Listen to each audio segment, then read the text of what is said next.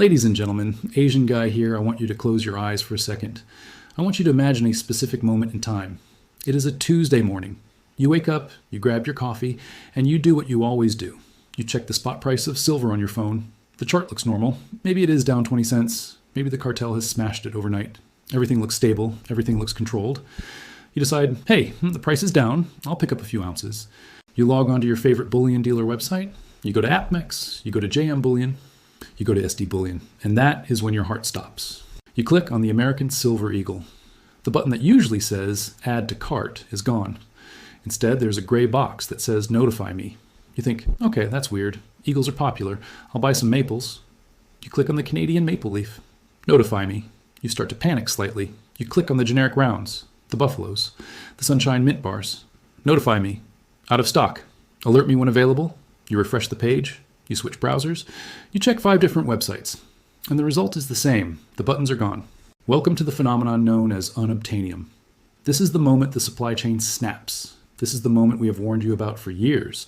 This is the moment where the virtual reality of the paper market collides with the physical reality of a depleted inventory, and the physical reality wins. We are not talking about a price spike. A price spike implies you can still buy the asset if you have enough money.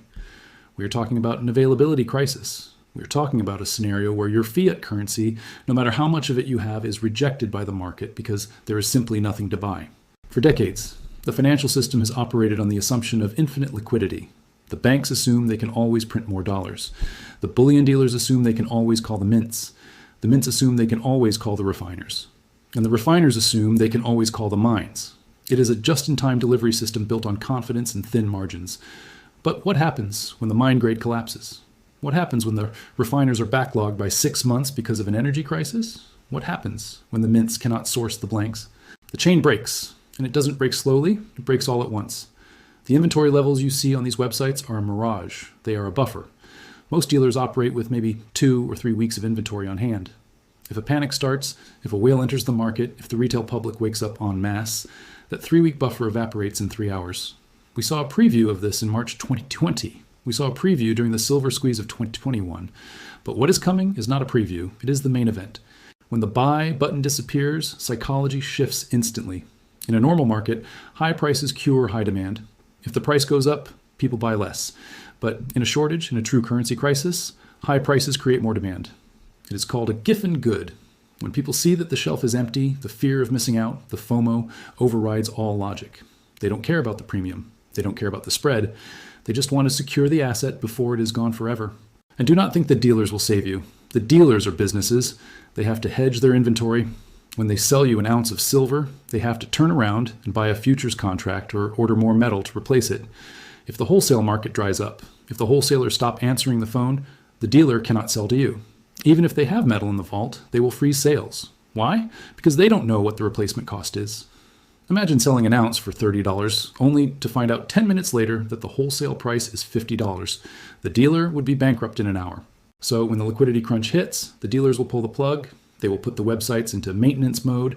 They will hang the digital closed sign. And you will be sitting there with your bank account full of digital dollars, staring at a screen that refuses to take your money. This is the definition of unobtanium. It is the realization that money is only a medium of exchange if there are goods available to be exchanged. When the goods disappear, the money becomes worthless paper. We are seeing the early signs of this right now. Look at the delay times. Pre-order for delivery in 4 weeks. Pre-order for delivery in 6 weeks. They are selling you metal they do not have yet. They are selling you a promise. They are taking your cash to fund the purchase of the metal they hope to find. This is a Ponzi scheme of inventory management. And eventually, the music stops. Eventually, the mint calls the dealer and says, "We can't deliver in 6 weeks. Make it 6 months." And then the dealer has to default on you. They will refund your money, but they will refund it at the purchase price, not the current market price. You will get back your worthless fiat, but you will have lost the opportunity to own the metal. This is why we stack. This is why we hold it in our hands. Because in a digital world, possession is not 9/10 of the law. Possession is 10/10 of the law. If you don't hold it, you don't own it. And if you can't buy it, the price is irrelevant. You might see CNBC flashing a silver price of $28, but if you can't find an ounce for less than $100, is the price really $28? No, the price is $100. The screen is a lie. The physical reality is the truth. The concept of unobtanium fundamentally breaks the efficient market hypothesis. Economists will tell you that markets always clear, that supply always meets demand at a price, but they are modeling rational actors in a stable system. They are not modeling a stampede in a burning theater. When the exit door is small, and the physical silver market is a tiny, tiny door, and the crowd is massive, the market does not clear. The market jams. The door gets blocked, and the people at the back of the line burn. The buy button is the mechanism of the old order. It represents the ease of the consumer age. Click a button, get a product. But we are leaving the consumer age. We are entering the scarcity age. In the scarcity age, there are no buttons. There are only connections. There are only relationships. There's only what you have already secured. The disappearance of the button is the signal that the transition is complete. It is the signal that the window of opportunity has slammed shut on the fingers of the hesitant. Think about the sheer volume of paper claims versus physical ounces. There are roughly 200 to 500 paper claims for every single physical ounce in the COMEX vaults. That means 499 people think they own silver, but only one person actually does. When the panic starts, those 499 people are going to rush for the physical exit. They are going to try to convert their paper contracts, their SLV shares, their unallocated accounts into metal, and they are going to hit that gray notify me button. This is a mathematical certainty. You cannot squeeze 500 people through a door meant for one. The 499 will be left holding the bag, and the bag will be full of cash settlements that are rapidly losing purchasing power. This is the tragedy of the unallocated account. It is the tragedy of the ETF. It is the tragedy of waiting for a dip. The dip is a trap. The dip is the bait. And while you are waiting for the chart to hit your perfect entry point, the physical inventory is being drained by the whales who know the game is rigged. So when that day comes, and it could be a Tuesday, it could be a Friday afternoon, when you refresh that page and the inventory is zero, do not look at the spot price. The spot price is a ghost. It is a memory of a market that used to exist. Look at the street. Look at the panic. Look at the realization dawning on millions of investors that they are trapped in a fiat simulation. Unobtanium is not just a shortage. It is a paradigm shift. It is the market telling you that your currency is no longer valid here. Now let's talk about the mechanism of the disconnect. Let's talk about the dirty little secret that the banking cartel uses to hide the inflation. It is called the spot price. For years, you have been trained to look at the spot price as the holy grail of value. You wake up, you see silver is $25, and you think, okay, silver is worth $25. But what is the spot price, really? It is the price of a futures contract for 5,000 ounces of silver, deliverable in New York, that almost nobody ever takes delivery of. It is a price for paper. It is a price for a digital promise. But you cannot make a solar panel out of a digital promise. You cannot build a Tomahawk missile out of a futures contract. And you certainly cannot protect your family's wealth with an unallocated account. You need the physical metal. And this is where the premium explosion comes in. This is where the rubber meets the road. In a normal market, the premium, the amount you pay over the spot price to get the physical coin, is the manufacturing cost. It covers minting, distribution, and a small profit for the dealer, maybe $2, maybe $3. But when unobtanium hits, the premium stops being a manufacturing cost. It becomes the real price discovery mechanism. When the major dealers run out of stock, the few that have inventory left will not sell it for spot plus $2. Why would they? If they know they can't replace the inventory, they are going to charge what the market will bear. And in a panic, the market will bear anything. The charts told you silver crashed. The street told you silver doubled. Who was right? The street was right, because the street had the metal. This disconnect is going to become permanent. We are moving toward a bifurcated market. On one side, you will have the paper price, manipulated by the banks, suppressed by algorithms, trading sideways or even down to discourage you. On the other side, you will have the physical price, the price you actually pay to get metal in your hand. And the gap between them, the spread, is going to blow out to astronomical levels. Imagine a scenario where the spot price is smashed to $20 to try and save the banks from their short positions. But the physical price for a 1-ounce round is $80. The premium is $60. The media will report silver crashes to $20, but you, trying to buy, will see $80. This is how they gaslight you. They use the paper price to paint a narrative of weakness, while the physical price screams of scarcity. The premium is not a surcharge. The premium is the market screaming that the paper price is a lie. The mechanism behind this is the breakdown of the authorized participants, APs. These are the big banks that are supposed to keep the price in line. They are supposed to buy physical and sell paper, or buy paper and sell physical, to arbitrage the difference. But when there is no physical metal to buy, the arbitrage breaks. The APs cannot source 1,000-ounce bars to create shares of SLV. They cannot source bars delivered to the mints. So the link between the paper market and the physical market is severed. Once that link is severed, the physical market is free. It is untethered. It floats to the level of actual supply and demand. And since the demand is global, from India, from China, from apes in the US, and the supply is constrained by geology and mining output, the price has only one way to go: vertical. The 100% premium is just the start. In a true hyperinflationary collapse, the premium becomes infinity because, again, you cannot buy it. Think about the mints, the US Mint, the Royal Canadian Mint, the Perth Mint. They have a limited capacity. They can only stamp out so many coins per day.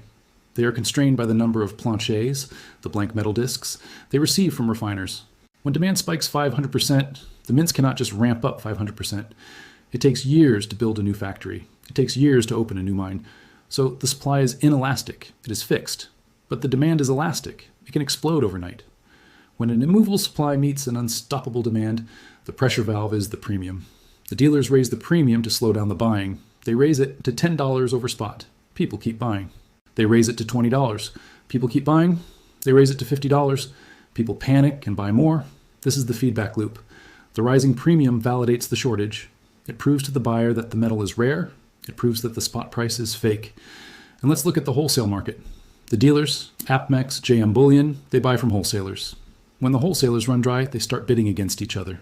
Dealer A calls the wholesaler and offers spot plus kostkausner 2. Dealer B offers spot plus kostkausner 4. Dealer C offers spot plus 6. This bidding war happens behind the scenes long before you see the price change on the website. By the time you see the premium jump, the war is already over and the inventory is already gone. We are also going to see the return of allocated limits. Dealers will say, limit 1 per household. Limit 5 ounces per customer. Rationing. When have you ever seen a store ration a product that wasn't in a crisis? Rationing is the hallmark of a failing currency and a broken supply chain. When they limit how much you can exchange your paper money for, they are telling you that your paper money is losing its utility. They are telling you that the metal is too valuable to let one person hoard it all. This premium explosion destroys the credibility of the banking system. If the bank tells you silver is $25, but the shop charges $100, who do you trust? You trust the shop. You realize the bank is living in a fantasy world. You realize the comics is a theater. This realization leads to a mass exodus from paper assets. People sell their SLV. They sell their mining stocks. Unless they pay dividends in bullion, they sell their unallocated accounts, and they try to buy physical. This exodus adds more fuel to the fire. It creates a run on the bank, but the bank isn't holding cash. It's holding metal, and the vault is empty. The premium is the cost of truth. The spot price is the price of the lie. If you want the lie, you can have it for cheap. If you want the truth, you're going to have to pay. And as we move deeper into this crisis, the price of truth is going to get higher and higher until it is unaffordable for the common man. So do not complain about high premiums. High premiums are the signal that you are winning. High premiums mean the physical market is decoupling. High premiums mean the manipulation is failing. When you pay a premium, you're paying for the security of having the asset outside the banking system. You are paying for the lack of counterparty risk. And in a world where every counterparty is bankrupt, that is a price worth paying. But remember, the window to pay that premium is closing. Soon the premium won't matter because the inventory will be zero. So the websites are down. The dealers are out of stock. The mints are on a 6-month delay. The spot price is frozen on the screen, a relic of a dead system. Where do you go? What do you do? Welcome to the street. Welcome to the secondary market. Welcome to the only free market left on planet Earth. When the institutional channels dry up, the market decentralizes. It goes back to its roots. It goes peer-to-peer. It goes local. Local coin shop, LCS, becomes the new Federal Reserve branch of your town. The guy behind the counter, the guy you used to ignore, the guy with the dusty shop in the strip mall, he is now the most important banker in your city. He controls the physical flow. But here's the problem. He isn't selling either. Why would he? He looks at the news. He sees the banks failing. He sees the inflation. He knows that if he sells his silver for dollars today, those dollars will buy less bread tomorrow. He is holding. So now you have a standoff. Buyers waving cash, sellers holding metal. This is where the price discovery truly happens. It happens on eBay. It happens on Craigslist. It happens in private Facebook groups. It happens in the back room of the pawn shop. And the price? The price is whatever the desperate buyer is willing to pay. We are talking about $100 an ounce, $200 an ounce. We are talking about trading a used car for a tube of Eagles. We are talking about trading labor for constitutional silver. This is the street price. And the street price has no cap. The spot price has a cap because the banks can short infinite paper.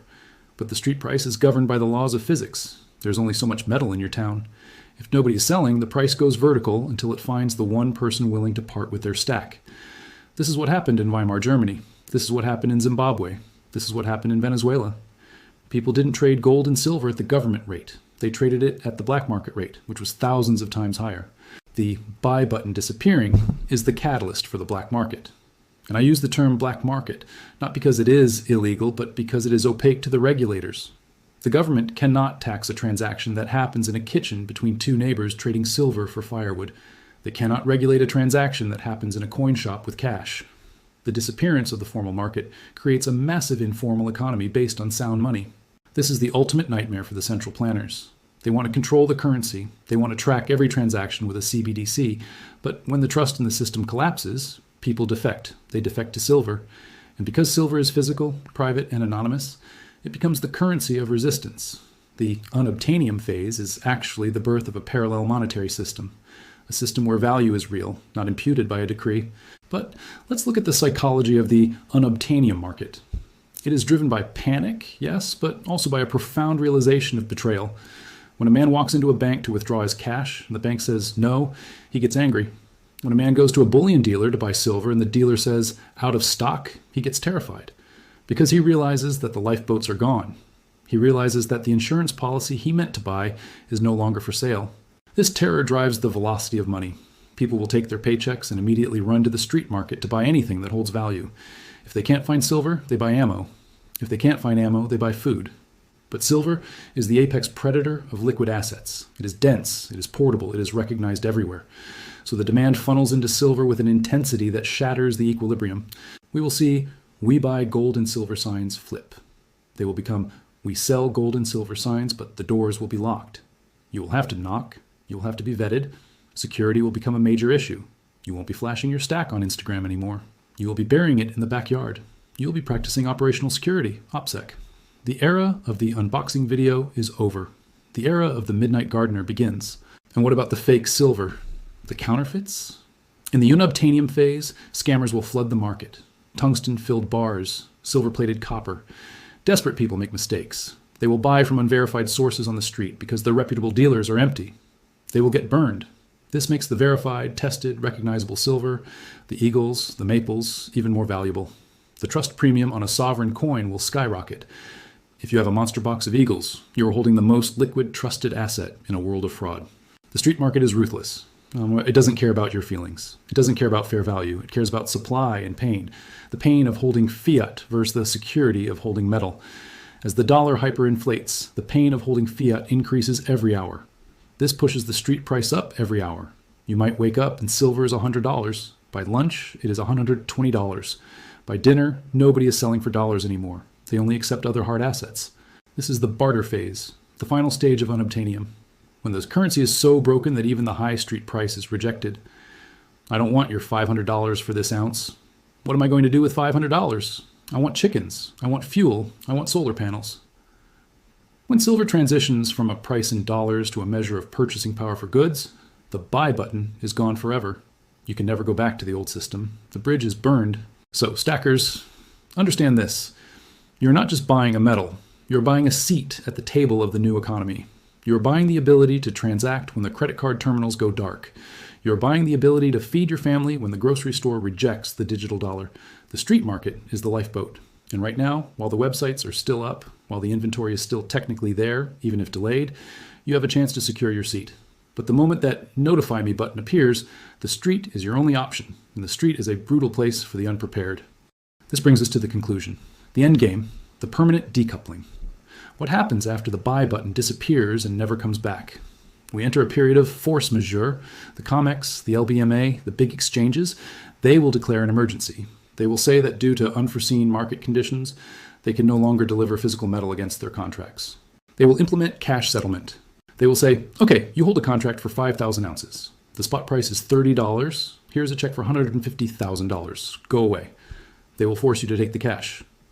But what can you buy with that cash?